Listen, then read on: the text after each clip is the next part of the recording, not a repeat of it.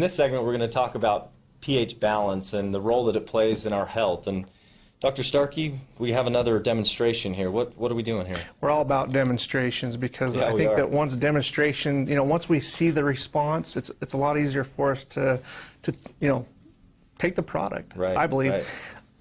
Let's discuss real quickly pH balance. Again, we've touched on this several times, but I think it's so important that we understand that our diets are a huge reason for this fluctuation in our body's pH. Right. Because again, when we're cooking it, nuking it, eating it out of a can or through a pickup window, these foods are very acid. And what does that actually mean? I mean pH.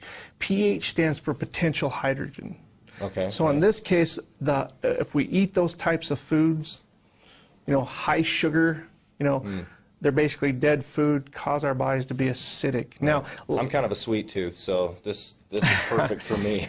Yet at the same time, when we take it from when we take it from the true diet that we should be eating, Right. and the fact of eating raw fruits and vegetables and nuts, there's not a lot of people doing that. In fact, what's really frightening to me is the ones that are doing it are typically ones that are either fighting a health condition or have battled one. Right. So in this case, what I'd like to do is let's go ahead and think about it. pH balance. We can live how long without food? 2 to 3 weeks? Yeah, something like, yeah. Most right. of society thinks 2 to 3 hours, right? Yeah, that's true. Yet at the same time, we can live 2 to 3 days without water, which we basically don't drink enough water to begin with. Right. And yet we can only live 2 to 3 minutes without oxygen. Right? Yeah, right. So the most important aspect of our existence is the element of oxygen. And relating that back to pH is that the higher the acidity in our bodies, lack of oxygen or oxygen-deprived environment. Okay. The higher the pH in our bodies, of course, oxygen enriched, and there's our protection because that's what our foods do for us. That's what our bodies, that's our protection, and our food should be feeding that. Now, we're going to take it again from a demonstration standpoint. This is just a simple pH test kit. I'm going to go ahead and fill this. So you can get something like this just like at a pool supply store or something. Sure, right? a water store, absolutely. Okay, or a water store. Yeah. Right. And basically what we're doing here is we're just filling this side up right here. As you can see, it's color coded. This is just the water that we've been using, right? Right. And to think about this, the higher the range on the pH goes from 0 to 14. The lower the number, the higher the acidity. The higher the number, the higher the alkalinity. Now, Okay, so we want a higher number. Higher number, What's but like an ideal pH, for example? again, this is a topic that we really have to focus on because we don't want to over-alkalize our bodies because that could be just as deadly as becoming too acidic. So even if our blood, and ultimately it's our blood pH that we really need to focus on here because our blood has to remain perfectly balanced. Yeah.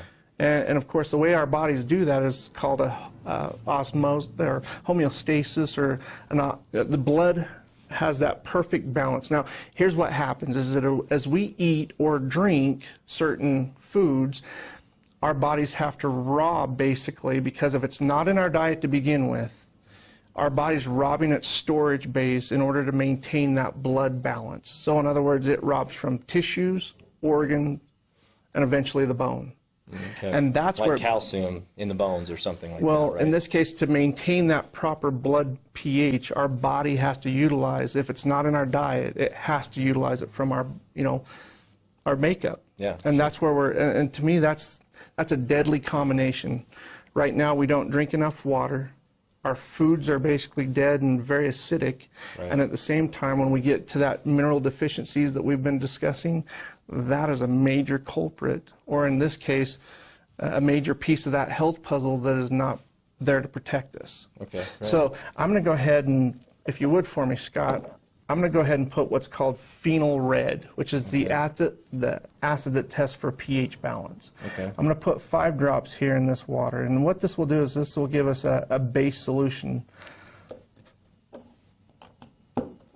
We're going to go ahead and turn that upside down. You can see that response. Right. So it's pretty It's relatively. It's neutral. Now pretty remember, neutral, right? neutral is 7. Okay, that's where blood, and again, depending on what you're looking at or what study you're looking at, blood ranges from about 7.3 to 7.4. Okay. So what I'd like to do is I'm going to go ahead and put, or let's go ahead and you put a drop of this. Colloidal minerals? No, let's go ahead and put a drop of that. So soda pop. Soda which, pop. I mean, so many people. Soda pop is probably people probably drink soda pop more than they drink water in this. And country, let's it seems like. put this into perspective here. Do you know how many cups of water it takes to neutralize, just to neutralize one 20-ounce soda pop in your diet or in your body? I don't. I'm not sure about that. 32 cups of water.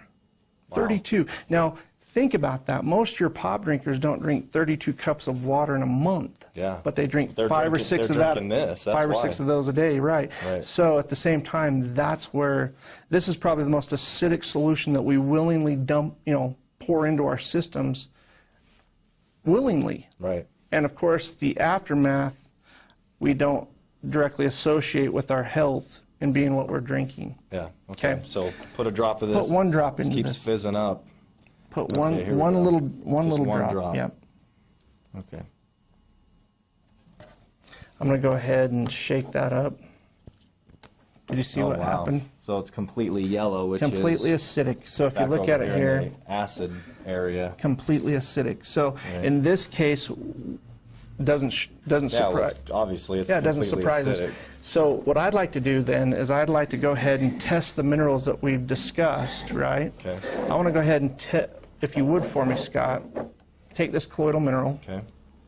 and put one drop into that acidic solution. The same. Yep. The same solution. Just put it Just one one. drop. Okay.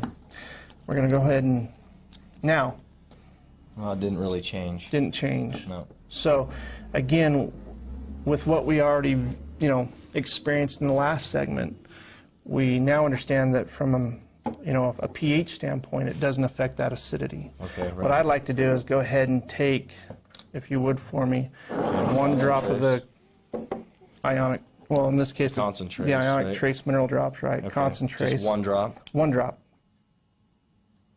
Okay. Oh wow! I can already see it. And did you see that response? It's It already took it right back taken to it a right back to like a high alkaline pH. Now, think about that. Now, you can see that just... Well, it actually balanced it out, just pretty much. So let's go ahead and do this again. I want you to put one more drop into that. Okay. And Well, that actually tells us how acidic the soda pop is, right.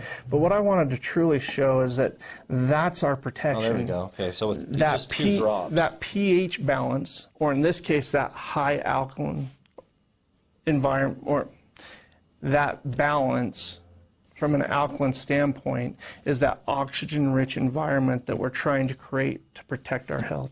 And that ultimately is the power of the concentration trace mineral drops. Right. Okay. Well, thanks, Dr. Starkey. Thank you.